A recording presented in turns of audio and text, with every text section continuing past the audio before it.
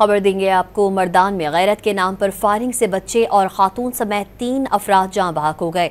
Police के मुताबिक firing से 19 साला खातून, उसका 1 साला बेटा और ससुर जाँ बहक हुए। खातून ने 2 साल कबल पसंद की शादी की थी। मुल्जिमान फायरिंग के बाद फरार हो गए। मुकदमा दर्ज कर लिया गया।